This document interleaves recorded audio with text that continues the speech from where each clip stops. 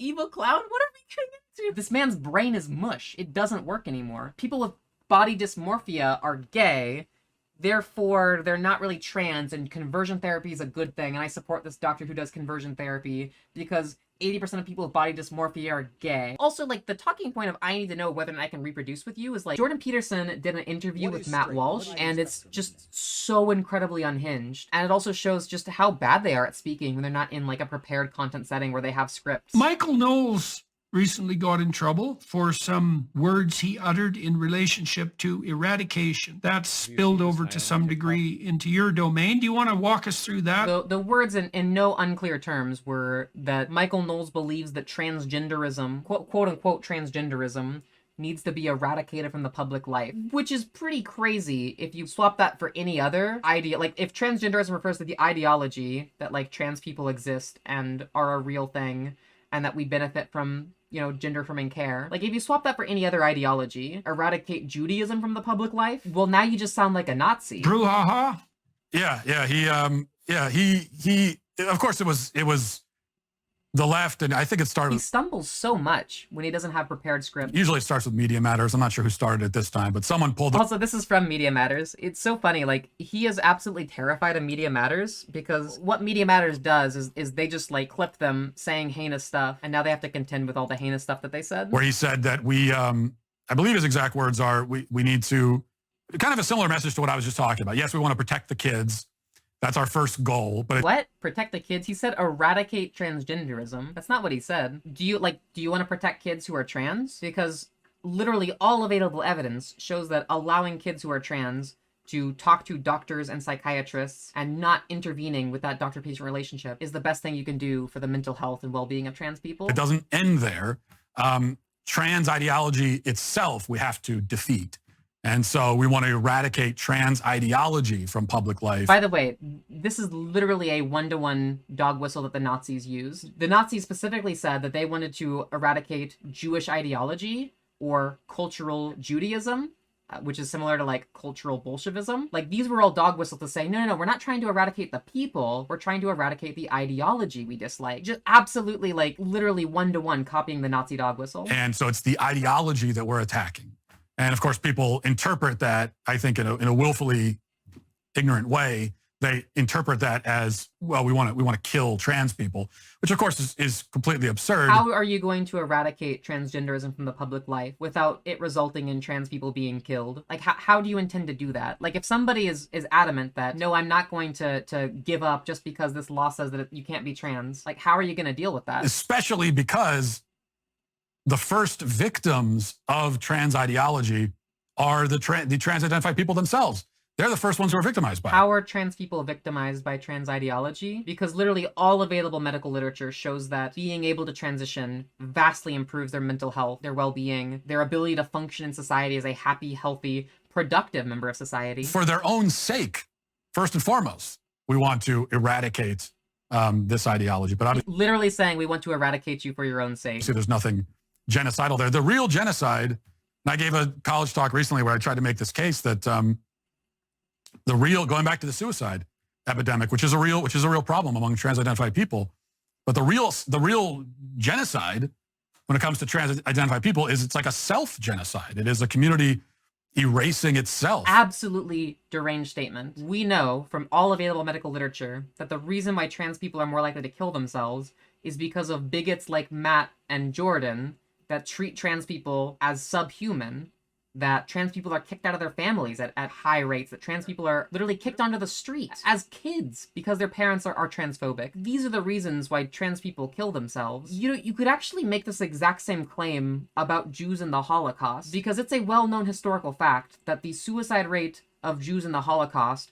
was exceptionally high. So are we going to claim that the real genocide was the Jews killing themselves in the concentration camps? Or is it the genocide, the conditions that brought them to suicide? Like, which one is it? It's even more demented than that, I would say. Oh, let's go. We've been fed this activist nonsense nonstop at an ever-accelerating rate for 30 years that the LGBT ever-expanding alphabet domain is a community. Yeah. that there are lots of similarities between queer people, and so they often find community amongst themselves. First of all, it's not a community at all. Aw. Guys, the LGBTQ community has been dissolved because Jordan Peterson said so. Sorry, wrap it up. Community is based on a set of shared practices, let's say, and shared institutions. And Like being marginalized by societal forces which think that there's one correct way to express your gender or your sexuality, and that view you as degenerate for just being outside the norm in a perfectly healthy way that doesn't negatively impact anyone else. That seems like a shared experience, shared value. a set of infinitely expandable, subjectively identified proclivities. But also, like, there are communities around that. Even if we're talking about, like, subjective proclivities, a community around a hobby would be just that. Like, a community of goth kids or emo kids would be just that. Like, there are communities around those things, too. And so, and then worse than that, all the letters that hypothetically exist in this glorious rainbow don't exist peacefully without conflict. And here's the damning problem. People fight sometimes. Yeah, that would be true amongst any kind of community. Like, there's community infighting literally everywhere. I don't see how that doesn't make the LGBTQ community a community. Also, like, Jordan Peterson's rant here is completely unrelated to what Matt said. Matt is, like, stumbling over his own words, trying to justify the eradication of transgenderism. And then Jordan Peterson's like, yeah, but, like, what about this completely other unhinged rant I've got? That's what the Jordan Peterson podcast is like. Like, this is the experience. Ken Zucker, who is probably the world's leading expert on gender dysmorphia and children. Okay, so he's citing Dr. Zucker as the leading expert on gender dysmorphia, which is not a real medical condition. It's gender dysphoria. A dysmorphia and a dysphoria are very different medical conditions. So, like, he doesn't even know the thing he's talking about. And I looked up this Dr. Zucker person. It seems that he supports conversion therapy unless the conversion therapy fails. Like, that's kind of his approach. He tries to, like, instruct parents to take away, like, gender nonconforming toys and not play or do things alongside gender nonconformity, to, like, control what people wear and try to get people to accept their birth sex as like the primary goal of his therapy. Like, he's literally a conversion therapist. He's interesting because he's not a conversion therapy absolutist. He does tend to, in some limited cases, if his conversion therapy fails, offer gender affirming care, but he believes that the first line of defense is conversion therapy. So Jordan Peterson thinks that a conversion therapist is, like, the most qualified on the subject. Had his reputation salvaged and his career destroyed by pathological narcissistic activists who he eventually defeated in court in Canada, by the way. I don't know about his career being destroyed. It seems like he can still practice medicine, especially if he, like, won a court case like you're claiming. Noted long ago, before all of this became whatever the hell it is now, that the proper default treatment for kids with bodily dysmorphia was to leave them the hell alone till they were 18. Body dysmorphia and gender dysphoria are very separate conditions. Body dysmorphia is a condition associated with having actually deluded self-perceptions about your body. Similar to how, like, some people with anorexia, like, physically perceive themselves as fatter than they actually are. People with body dysmorphia actually have false beliefs about their own body and their own self, which is really harmful. Typically, we don't offer physical treatments to physically change the body of people that have body dysmorphia. Typically, you would offer psychotherapy and sometimes antipsychotic medication to help these patients. Now, a dysphoria is different than a dysmorphia because a dysphoria is not based on any delusion. A dysphoria is based off of a recognition of the truth, these real characteristics that you're discomfortable with. Gender dysphoria would be, I recognize that I was born biologically male. I am deeply uncomfortable with these biologically male features. I am deeply uncomfortable that people perceive me as a man and treat me as a man and expect me to be manly. Those things that are very real, which I recognize make me uncomfortable. That's a dysphoria. The treatment of dysphoria is often to make the body align with the brain. You know, for gender dysphoria, that'd be gender affirming care. There are some people that have kind of like a bodybuilding dysphoria, where they're really discomforted with how, like, scrawny they are, and they really want to put on a lot of muscle mass. And the recommended, treatment for these people is, hey, hit the gym. You might want to be monitored by a doctor to make sure that we're not, like, abusing supplements or steroids. But if we do the things the right way, you can absolutely put on muscle mass. Yeah, get that body that you're comfortable with. So that would be like a dysphoria. Jordan Peterson just, like, completely doesn't even understand the medicine associated with here, because he's trying to say that people with gender dysphoria actually have body dysmorphia, when those are entirely separate conditions with entirely different treatment paths. As a consequence of careful research analysis in a non-political manner. And I say that because Zucker's an old school clinical psychologist. Old school clinical psychologist, meaning conversion therapist. He was essentially a research scientist, and he ran a gender dysphoria treatment clinic up in Toronto, the foremost of its kind in the world, and was also the lead editor of the most prominent scientific journal dealing with transgender matters. So Zucker was actually as close to a reasonable scientific ally of the transgender community as had ever emerged. And what he was not an ally to the trans community. He was a conversion therapist, and his guidelines are outdated because they routinely hurt trans people. And that's why new guidelines don't support conversion therapy, because they don't help trans people. Like it's that simple. Observed as a consequence of his decades of work was that, first of all, the best thing to do with kids with body dysmorphia was to just leave them the hell alone till they were 18. So that's body dysmorphia. And you also don't want to leave them alone. You often want to do psychotherapy and maybe even antipsychotic treatment. So once again, wrong medical condition and the wrong treatment for that medical condition. About 80% of them ended up gay. What? 80% of people with body dysmorphia are gay? Is he talking about gender dysphoria? Is he talking about the desistance studies? Like the really old studies that were like, they only allowed people that were attracted to men to transition, and so that's why you saw... Wait. He's like conflating two different things, and he's totally... Oh, wait. Are you saying that they're not trans because they're gay, or that they don't actually have body dysmorphia because they're gay? Like, the story's gotten so muddled at this point that it doesn't make any sense anymore. And so part of the reason they were bodily dysmorphic when they were very young is because they were homosexual. And how would being gay cause you to have a false belief, a distorted perception about your body?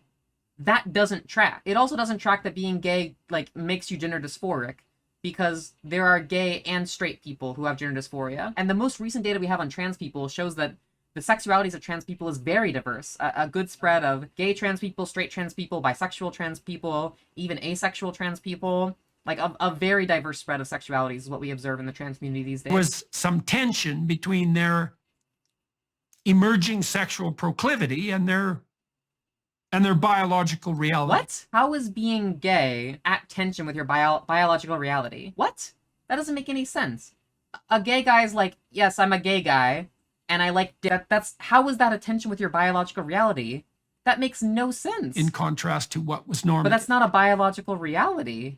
That's like a social stigma around being gay. It's not a biological stigma around being gay. Like, you can take dick up the ass. You're not being biologically stigmatized from being gay. It's all social. Percent of them would grow up to be gay. So, and that's not that surprising, really, is it? That hyper feminine little boys who are that way by temperament are going to grow up to be homosexual. And on the other side, the female front, that the hyper masculine girls are going to grow up butchy and more likely to be attracted to girls. Oh, wait. Okay. To make sure I haven't lost the point, what does being gay have to do with whether or not somebody is genuinely trans?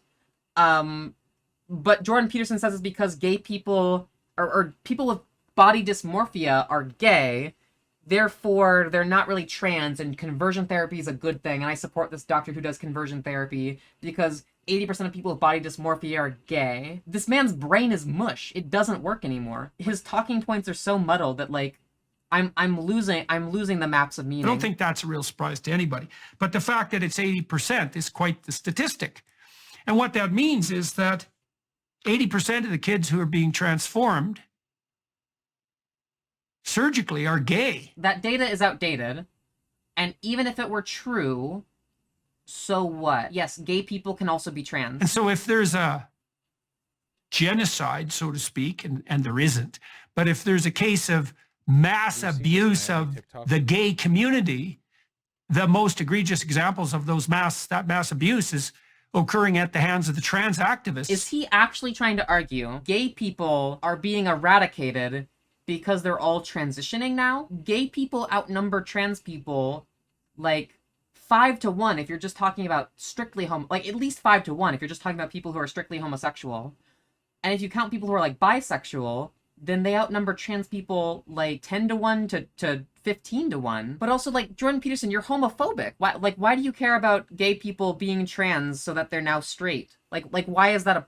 What? Wouldn't you want that? Because now it's a straight relationship if somebody transitions and then they were gay but now they're straight? He doesn't have a point. Like, he just has a mush for brains. Not the heterosexual monogamists. I think the gay community was a hell of a lot better off when they were oppressed by the heterosexual monogamists than when they are allied with the trans activists. Insane. He's saying that gay people were better off back when they were oppressed by the heterosexual monogamists, back when they couldn't marry, back when it was illegal to be gay in public. You're saying it was they were better off when it was illegal for them to exist in public versus now when they can legally marry, they can legally exist in public, them loving their partners is not a crime, they can legally adopt kids. So many gay rights that they have now that they didn't have just decades ago. They were better then? Insane. Insane stuff. I also found this set of clips from, it looks like a Jordan Peterson fan page of the same interview. We can't find the full interview anymore because it was removed from YouTube for hate speech, but here's some more clips that we can see. I think this one does kind of clip around a bit, but it was clipped by like a Jordan Peterson fan page, so I don't think they're like trying to deceptively clip things to like make him look bad. What is a woman? And so that's caused all sorts of misery this is him and grief interviewing Matt around Walsh the about the world, and documentary. made people happy as well to have someone finally come out and make what was essentially a kind of black comedy about this preposterous state of affairs that we happen to find ourselves in. And so yeah, the preposterous state of affairs. Like, trans people can access healthcare and like live happy, healthy, fulfilling lives. Tell me why I should be mad at that. The fact that my kids are inheriting this culture that has forgotten some of the most basic facts of reality is what are those facts of reality that we forgot? really distresses me and troubles me. And I hear stories all the time, and I'm sure you hear these stories too, constantly from parents. Yeah, there's what this does to kids. There's the fact that opportunities are being taken away from women, and women are being... Oh my gosh, Matt Walsh is concerned about the rights of women? Since when has that ever happened? Wait. Matt Walsh going full feminist, being a defender of the rights of women? How do you care about women's rights when, like, you have publicly advocated for women to be like pregnant housewives at 16 years old, and you want to be a defender of women's rights when you think that a woman should be pregnant and married at 16? You know, they're being degraded by this and dehumanized by it, and all of that, appropriated. Degraded and dehumanized is a bad thing? Wow, if only he'd follow that standard for trans people. Their identity appropriated. All that is true, but what is underneath it, the underlying issue under all of that is that this is just an attack on truth itself. It's right. What's the attack on truth? Like, what's untrue about a trans person expressing themselves as they wish? What's untrue about that? So the reason why I really care about it, first and foremost, is that it's not true. Like, we are being... Right. What's not true? That we must accept something that is not true, that we must go... What's untrue, though? He can't say it. Along with something that is not true. And I care about the truth, because if you don't care about the truth, then what's the point of it? What's the truth you care about? Anything. Like, what's the point of anything that we're doing or saying or any of that if we're willing to discard the truth? There's nothing untrue about trans people existing as they want to exist and living their lives in a way that makes them happy, following their freedom of expression. But also this idea of you being a truth absolutist when you're a Christian, like you hold beliefs on faith alone without a grounding in objective truth, without a grounding in scientific rigor backing them up. How can you be a truth absolutist when you're religious? Like, those are fully incompatible positions. But this truth dog whistling he's doing, essentially he's not going to explain what it is that's untrue, because the second he does, it completely defeats his argument. When people try to say that, like, trans people are lying, you just have to, like, really hammer them on, okay, well, what's the lie? What they'll probably say at first is, oh, well, the lie is that, like, a trans woman, like, says that she's a woman. And then if you break that down, it's like, okay, well, what specifically is this trans person claiming, what characteristics is this trans person claiming to possess that they don't possess? And at that point, they have to be like, oh, well, it's like the chromosomes or the ovaries or the gametes. Well, trans people don't claim that. Like, I've never claimed to have XX chromosomes. I've never claimed to produce eggs. I've never claimed to have a uterus. When I say that I'm a woman, what I'm saying is that womanhood describes my social category descriptively far more accurately than manhood does. Also, that gender as this psychological category, gender identity, people, categorize themselves as man or woman based off of their relationship to that social construct. I can have this identity, and it doesn't have to be based strictly in biology. So there's nothing untrue that the trans person believes. It's simply that the trans person is going with a different set of definitions. It's not untruth. That's just going with a different set of definitions. Being distressed by the fact that so many people who I thought were on my side thought that this was kind of a sideshow distraction. They didn't think it would go anywhere. They thought it was a fad. It wasn't important. There were a lot of conservatives who just went along. Yeah, because like trans people existing don't impact your life in any meaningful way. Like they can just exist and you can also exist in the same space. Along with it because they were trying to be polite. And well, conservatives do that a lot.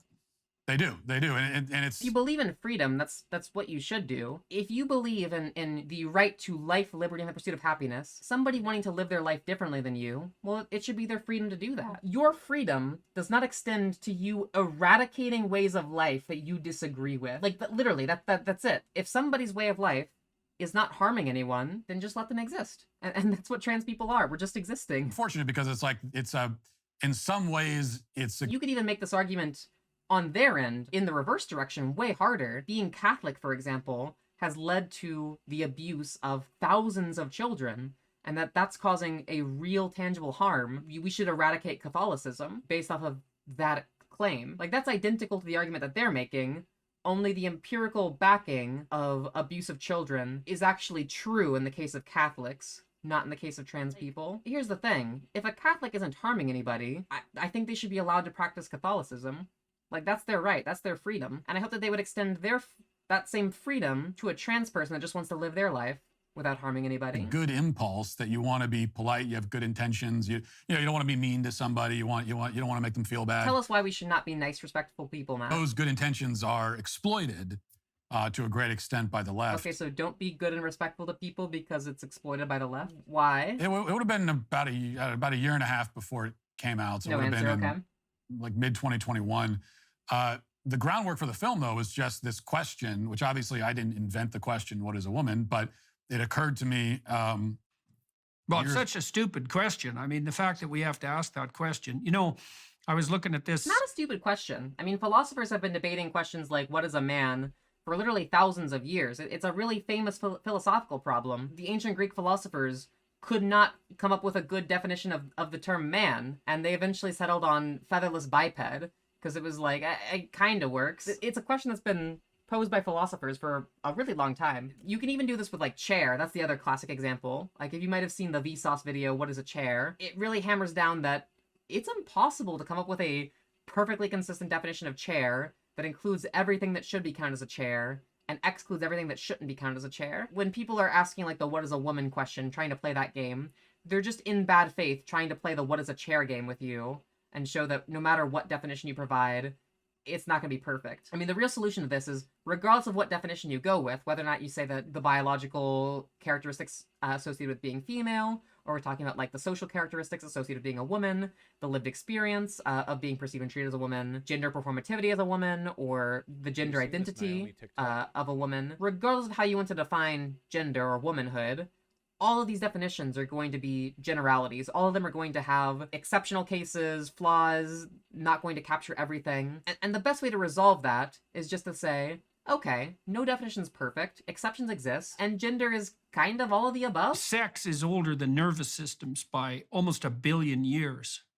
That's how fundamental it is. It's probably more fundamental as a biological... It is true that sex is older than nervous systems because a lot of, like, very small-celled organisms did reproduce sexually. Okay. reality than up or down. Sex is more of a biological reality than up or down. I don't think that up or down is a biological reality. It's a positional relationship, not a biological reality. So, okay, I agree that sex is more of a biological reality than directions, like up and down. In terms of the stable phenomena that our nervous systems have actually adapted to, I think you could make a very strong case that there is no bit of reality that's more bedrock than sexual differentiation. What about, like, gravity or matter or, like, atoms? Like, there's a lot of material reality that's more fundamental than sexual reproduction. To say that sexual reproduction is the most fundamental part of reality is, like, really Coomer brain, Jordan. Any organism He is gooning right now. propagates itself sexually, and that's pretty much any complex organism for all sorts of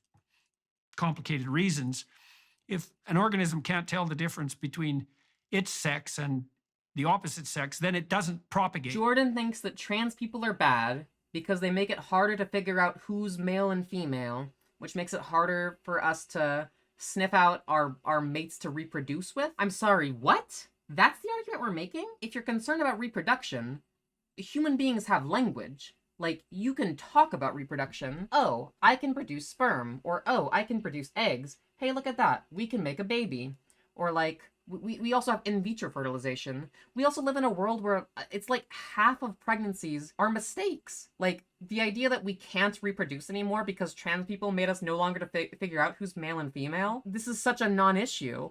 What? Failure to propagate. Also, Jordan admitting that the we can always tell point is bullshit. Might constitute the most fundamental of category errors. The most fundamental of category errors, the failure to distinguish between male and female. Non-binary people, you have broken Jordan's brain. If he can't tell whether you're male or female, you have broken his brain because he doesn't know whether or not he can reproduce with you. Also, like, the talking point of I need to know whether or not I can reproduce with you is like, it's really rapey. Like, that's a really creepy talking point. We wanted to structure it all around this really basic question of what is a woman. And Matt's immediately like, okay, let's drop that. Let's get back to the what is a woman documentary. Because it occurred to me a couple of years before we started making the film that this is, yeah, it's a very basic question. It's a very simple question. It's the kind of question we shouldn't have to ask. It's the sort of question that the answer is so obvious that some people struggle with it just because of that, because it's so innate that you don't stop to think about it. It's really not an obvious question. Like, there's a lot of nuance. And even if you give the conservative answer of, like, adult human female, like, there are so many complexities in each of those words, adult, human, and female. Whether or not someone is an adult, is that based off of, like, an objective determination? Or does it vary based off of, like, the legal jurisdiction? In some countries, 16 is a full adult. In other countries, 21 is a full adult. Some countries, it's 18. Which one is actually the true adult? Is this subjective or is it objective? Is it based off of biological maturity? Does somebody become an adult the moment they're capable of reproduction? Is an infertile person an adult if we go with that definition? On the human standpoint, we routinely call things that are not human men and women or use gendered pronouns for them.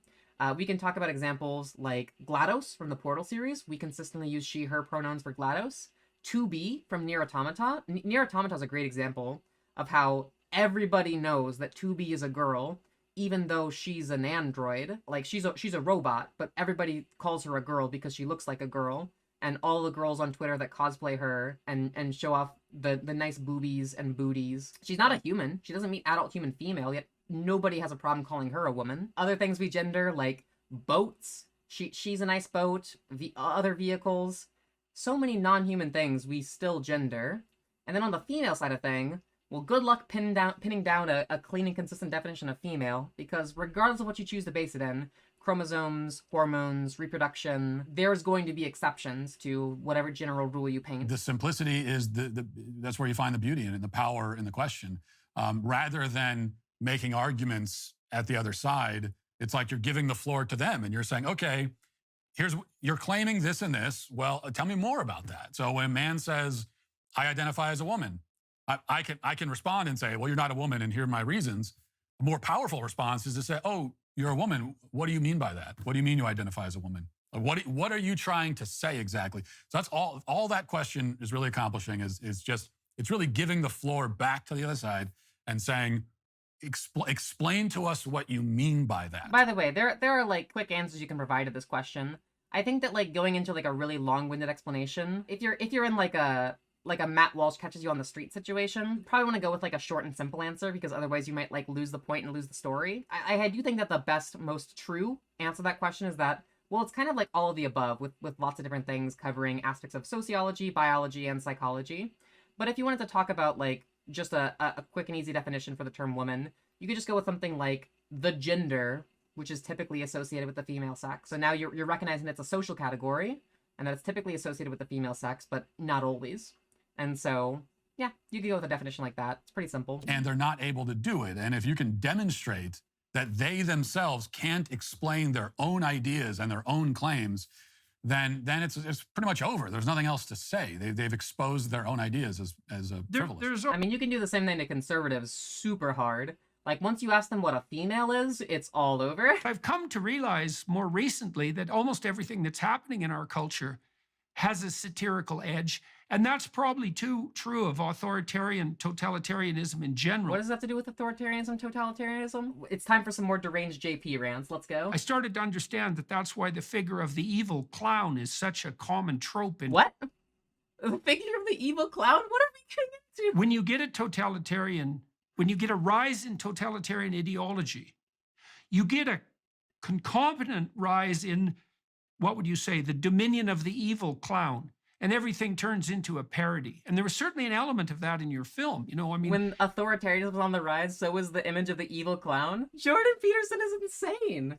He's actually insane. This is the intellectual of the right wing, folks. Like, this is the most famous right wing intellectual, and he says that authoritarianism is when evil clown imagery. It's so preposterous that, well, it looked at times that you were having a difficult time believing that you were doing this, or even sometimes keeping a straight face. And so what was that experience like? Called Women Dragons of Chaos. I don't remember that one. I remember the one where he talked about a dream about, like, his grandma's, like, pubic hair turning into a paintbrush and, like, caressing his face. That's actually something he talked about, having, like, weird sex dreams about his grandma. He's actually on the record saying that. Fun fact. It's interesting, too, because the original... Matt's Matt's currently trying to think about how he can deflect away from Jordan Peterson's nonsense, unhinged rants. It's so funny. Movie, the way that I conceived it, would have been even more satirical. I think I originally thought of this as a fully satirical, almost in a certain way playing a character almost, as someone who's bought into this stuff, and I'm getting these people to keep talking. And we kind of, as we began... Yeah, it's clear that he's playing a character. He's not legit in, like, his actions. To film it, we started to see it differently. Where we needed, and so if you watch the movie, you can tell it's like almost exactly halfway through. There's this kind of tonal shift as we get into the more serious conversations. Yeah, actually, the tonal shift in the movie is pretty crazy. Like, about halfway, it does switch from like, wow, people are so dumb they can't answer what a woman is. Anyways, Jonathan Money, the inventor of transgenderism, routinely abused children, and transness is all about abusing children, and it just switches to like a completely unhinged propaganda piece about like hating trans people. It's so crazy because John Money didn't invent trans people. Like, it's an appeal to the origin fallacy. We had to have that there because some of this stuff that's happening is so horrifically evil that there's no way that I can see to make it funny or anything. Yeah, gender-affirming care bans are so horrifyingly evil, and we have people like our debate bro judge that slapped that down. We have to be willing to stare right into that darkness. But then I didn't want to lose the satirical part of it either, because it is also true. Although this stuff is horrifically evil, it's also absurd. It is completely absurd, and we have to point that out. And I think that what particularly is absurd? Is he trying to argue that the concept of gender is kind of absurd? Because hard agree. Like, the idea that, like, boys should like blue and girls should like pink, or that there are certain jobs that one ought to do or ought not do based off of, you know, the social role that you're lived in, or based off of, like, what body parts you're born with. Yeah, that is very absurd. Gender is absurd, absolutely. So, like, why not just be chill with it and, like, let people exist and have fun with their expression? One of the first mistakes that we made, when I say we, I mean, you know, the people the team sanity, the people who know better. One of the first mistakes we made was in thinking that the last thing we can do is ridicule any of this, because that's too mean. No, you can absolutely ridicule gender. Like, gender is ridiculous. Gender does deserve to be ridiculed. We should abolish gender, comrade. No, we need to ridicule. It's not about ridiculing individual people who are confused or mentally ill or struggling. Unless they're Dylan Mulvaney, of course. Because you did go on a rant ridiculing Dylan Mulvaney as an individual, and you do that all the time for the trans people you attack. Yeah, I mean, he even did that to me in his video about trans lactation. Like he individually ridiculed me. Ridiculing the idea, the notion, the claims that are being made. And if any individuals are being ridiculed, it's the people who know better and are out there propagating this stuff. Like, you know, we talked to a doctor in the film, and who's a proponent of this stuff and transing the kids, and she's involved in. Okay, so you can ridicule people if they like believe in the validity of their identities, but like if they don't believe in the validity of their own identity, then you don't ridicule them. Okay, so that's why he doesn't like ridicule like Blair White, I guess. And the conversation devolves into this stuff about does a chicken have a gender? And Matt was the one that asked if a chicken has a gender identity, trying to say that like they don't deserve to like exist or have their freedom of expression validated because of like an absurd question that I asked. I mean, you're talking to a guy that just said that like totalitarianism is associated with the evil clown imagery. Like, if we're talking about absurdity, I think that Jordan Peterson is way more absurd than the doctor he talked to who tried to express that chickens have a sex, but they don't have a gender identity in the same way that humans do. It gets really, really absurd. And she becomes kind of the butt of the joke. But but that's her fault. It's because her own position is so ridiculous. Yeah, she never claimed that a male chicken could lay eggs. The doctor's claim in the movie was that we don't know about like a chicken's gender identity because chickens don't have gender identity in the same way that humans do. But chickens do have sex, and like laying eggs be based off of the sex of chickens. You probably made a postmodern mistake in your assumptions. Oh, let's go for it. Your Postmodernism. mistake, I would say, in that initial assumption was that common sense was semantic, that it was coded in explanation, that people know what a woman is because they can say what a woman is and they can define it, and that's how they derive their knowledge. And I don't think that's the case at all. And I actually think you know it isn't the case because you said that, you know, knowing what a woman is so obvious that you don't need to be able to articulate it. And most of the fundamental... Is Jordan Peterson agreeing with postmodernism while calling us a postmodern mistake? Because the idea of postmodernism would say that, you know, rather than trying to say that, like, we can come up with universal objective criteria which objectively describe reality, rather it's messy, it's nuanced, there's lots of overlapping concepts, and there's exceptions and all this whatnot. That's the postmodern position on, like, knowledge and categories. It seems that Jordan's more so agreeing with the postmodern position versus what the modern position would be that there's, like, a rigid and strict definition of these categories, and that explains what the category is and why it's important. Bedrock assumptions of our culture are actually beyond verbalization. But it is true that, like, when most people have an understanding of, like, a concept or of the world, they don't have, like, a strict and rigid set of moral axioms. They don't have a strict and rigid set of, these are my definitions for all these categories, and they have perfect adherence. Like, most people don't think that way. That's really not how language or words work. There's certainly an element of that. Although he has no it was clue what he's interesting saying. when we went over to Kenya and talked to Matt has no clue what Jordan Peterson was trying to say. That's why he immediately deflects to Kenya. traditional tribes there.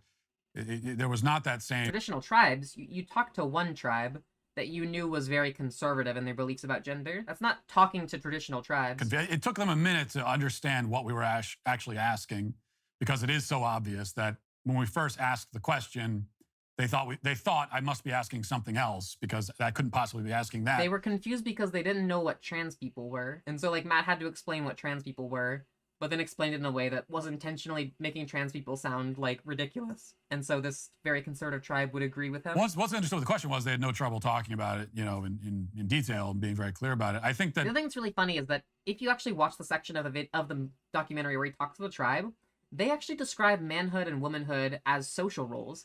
They describe manhood as the one who, the father who takes care of their children, who provides for the family. They described the mother as, like, the woman who nurtures and takes care of her children. Like, they really describe gender in relation to the family as a set of social roles. Like, that's what they did in the documentary. People who just see the part about children immediately jump to biology. Their understanding of gender was actually a lot more social in role. I think there was even a point where they said that if you don't provide for your family, you're not a man. You have to fulfill the social role, which is set by this agreement of the society, in order to truly be a man. The tribe's own answers demonstrated how gender is social, and it's a set of roles that are decided by society, not just based in biology. Back in the United States, there was some confusion about being put on the spot to explain something that's so innately understood. But then there was also what seemed to me to be an awareness among many of these people that this is a loaded question now, and they can't really talk about it and be honest. In fact, we heard about that. Do they mean it's a loaded question as in, like, they're afraid of cancel culture, or that's a loaded question as in, like, they know that it's a cheap gotcha, that it's not worth responding to because Matt's asking in bad faith? There are many people we talked to who aren't in the film because they didn't want to be on camera. They refused to be on camera, and they would tell us, like, I can't talk about this with the camera rolling because of my job, because I'm going to school, because of this and that. So there's a real fear that people have that pervades through this whole conversation. That fear could also just be that they know that you're a bad faith actor and don't want to talk to you. I don't know, it doesn't really have enough evidence to demonstrate that, like, it was being afraid of the cancel culture left. Those interview clips were really interesting. Jordan and Matt were each having completely separate conversations and just, like, not... like, oh, it's so funny because Matt was just always, like, trying to stumble to, like, redirect to what he was talking about, and then Jordan was like just going on in his own deranged mind space whenever he got a chance to speak. It really shows how, like, bad at rhetoric Matt is when he doesn't have time to prepare a speech. And it also goes to show just how deranged and unhinged they are. I've been kind of testing around whether or not I want, like, a 4-2 split of Flame of Anor Kolaghan's Command, or like a 3-3 split. These cards just give us the grinding power.